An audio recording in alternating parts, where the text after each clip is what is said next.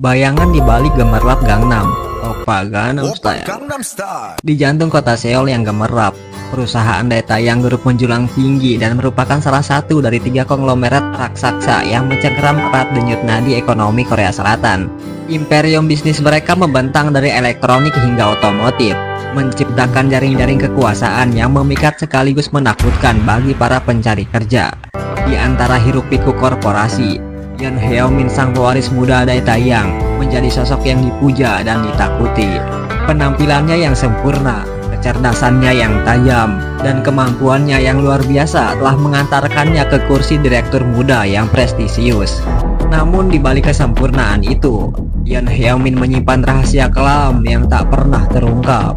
Sementara itu, di SMA Daejeon Futur yang megah, kepala sekolah An Ik-seo bergulat dengan tekanan dari para ibu helikopter yang terobsesi dengan nilai dan masa depan anak-anak mereka.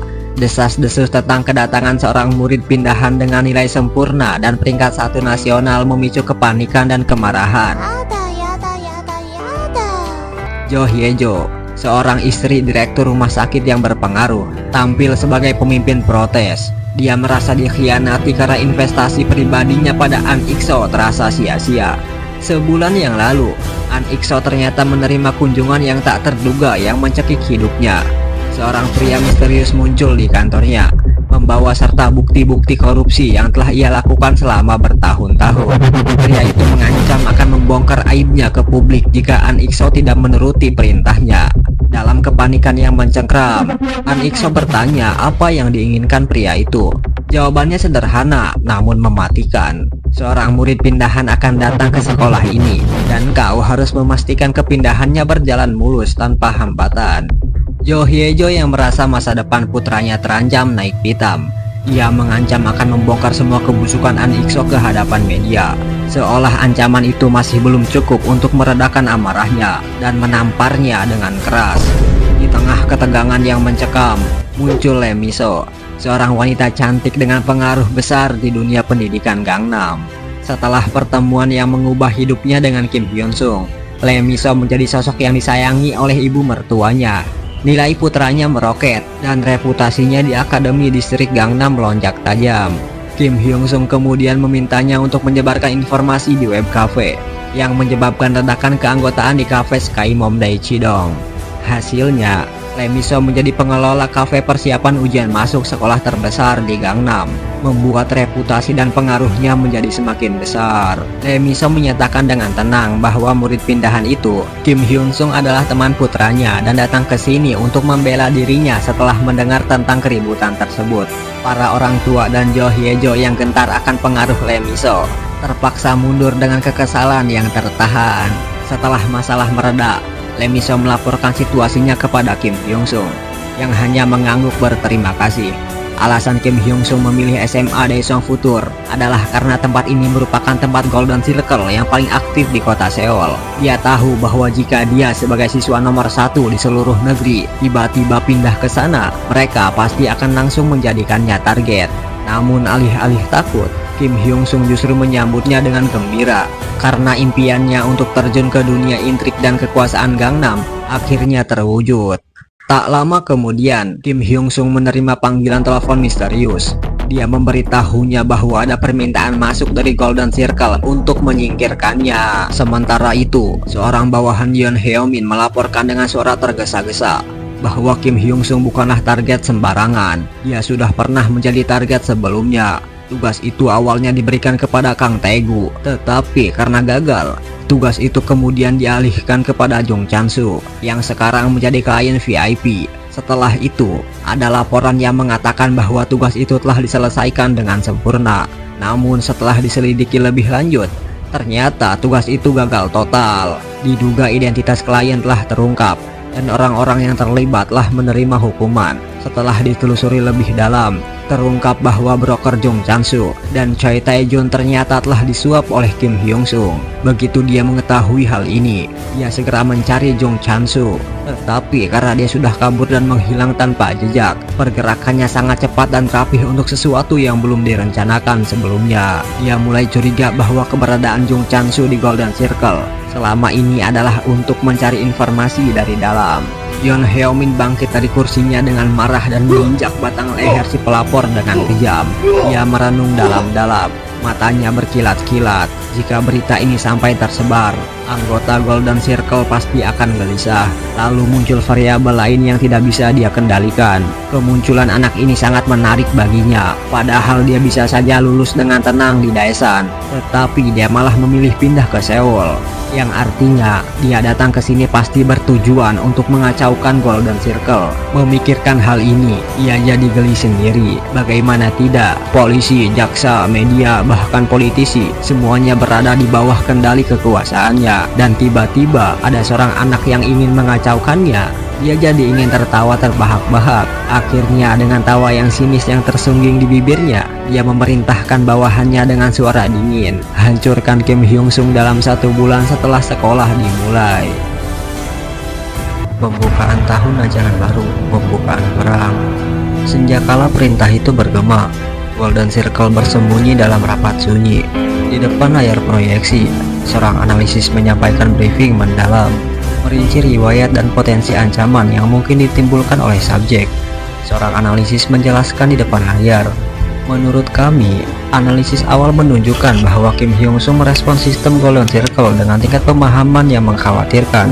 Kemampuannya untuk menyatukan kekuatan sekolah-sekolah di Daesan menjadi indikasi kapasitas kepemimpinan dan pengaruh yang signifikan. Meskipun skala Daesan tidak sebanding dengan Seoul, estimasi kekuatan kolektif mereka berada pada level A+ hingga S. Motivasi Kim Hyung Sung untuk bertindak di luar normal diduga kuat karena didukung oleh beberapa pihak berkepentingan, seperti Oh Dae-hwan yang merupakan kepala sekolah SMA Cheonil di Daesan dan diidentifikasi sebagai mentor dan pelindung utama subjek. Kim Yun-sul, wali kelas subjek di SMA Cheonil. Loyalitas dan pengaruhnya dalam lingkaran subjek perlu diselidiki lebih lanjut. Go Chang-bum, direktur Myojin Construction, diduga kuat sebagai sponsor finansial utama, menyediakan sumber daya signifikan bagi aktivitas subjek. Lee Mi-so, istri wakil jaksa Kang Dong-chul dan pemilik kafe Daechidong Sky Mom, bahkan terlibat dengan subjek. Intervensi Lee Mi-so juga berhasil dalam menggagalkan upaya komite orang tua untuk menghalangi transfer subjek. Desas-desus mengenai hubungan spesial di antara keduanya sedang diselidiki saat ini. Kim Hyun Sung memasuki wilayah Gangnam dengan agenda tersembunyi, berbekal hubungan dan jaringannya yang luas. Potensi ancaman terhadap stabilitas Golden Circle dianggap signifikan dan memerlukan tindak proaktif, ujar si analisis. Mengakhiri penjelasannya, sesi briefing kemudian dilanjutkan dengan forum tanya jawab yang intensif. Park Hyung Jun, seorang eksekutif senior, menunjukkan kekhawatiran mendalam. Rapat tingkat tinggi untuk seorang siswa dianggap sebagai preseden yang belum pernah terjadi sebelumnya. Namun tindakan Kim Hyung Sung dinilai cukup provokatif dan berpotensi merusak hierarki Golden Circle yang mempunyai prinsip tidak ada ruang untuk kegagalan. Pertanyaan kunci pun diajukan, berapa sumber daya siswa dari SMA Daesung Futur yang dapat segera dimobilisasi? Tanya Park Hyung Jun. SMA Daesung Futur saat ini dalam status manajemen khusus, jawab si analisis. Hanya 2 siswa peringkat S yang tersedia untuk operasi saat ini. Salah satunya adalah Choi Myung-hun, diklasifikasikan sebagai peringkat S+. Mayoritas staf pengajar juga berada di bawah pengaruh Golden Circle. Dan kepala sekolah saat ini, yaitu An Ik-so, sedang dalam pengawasan ketat akibat pelanggaran protokol dan direncanakan akan diganti dalam waktu dekat. Setelah evaluasi resiko dan sumber daya, Park Hyung Jun secara sukarela mengambil alih komando operasi ini. Semua broker yang hadir diperintahkan untuk memprioritaskan kasus Kim Hyun Sung di atas semua tugas lainnya. Target waktu penyelesaian misi ditetapkan dalam 1 minggu, meskipun alokasi waktu resmi dari atasan adalah 1 bulan penuh.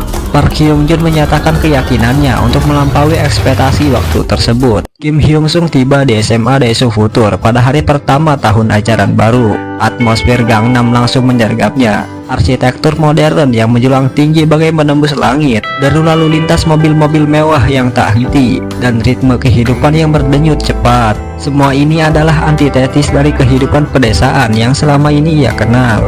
SMA Daesung Futur yang berdiri tak jauh dari stasiun kereta memancarkan aura kemegahan dan keangkuhan, sebuah monumen kekuasaan di jagat pendidikan Gangnam. Langkah kakinya terasa berat saat menapaki pelataran sekolah.